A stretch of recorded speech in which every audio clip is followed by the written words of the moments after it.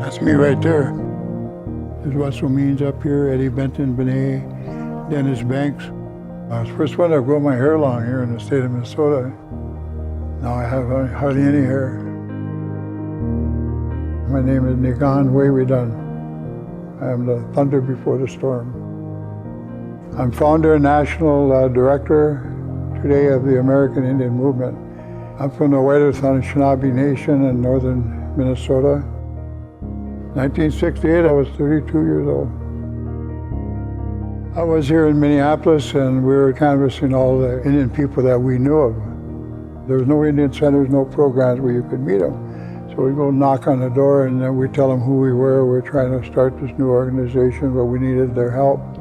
So we listened to issues dealing with housing, health, welfare, police brutality. We promised the people we're going to do something about that, but we need your help. Finally, on July 28, 1968, with no place to meet, we met an elder who let us use her upstairs to hold our meeting. 3 elders, Indian women from Red Lake, grabbed me by the shirt and pulled me over to the side and said, "We have a name." I said, "Well, what is it?" And she says, "AIM."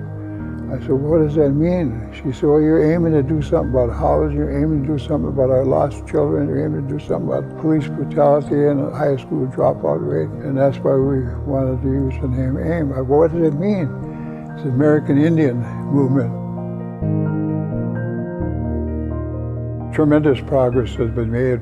Here locally, we have our own schools, we have our own hospitals and we have our own clinic, we have our own housing, we have our own economic development, job training. We've been able to bring all the tribes, not only in America, but from all over the world.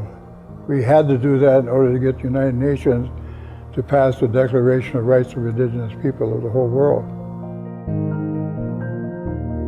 Sitting Bull made a statement about this. If you're single and you're going to get something done, you're not going to get anything done. He says, but if you open your hand, that represents all the different tribes and nations, that you got to include them in that and we will survive. Closed fist was being used by everybody. We put the victory sign in with it.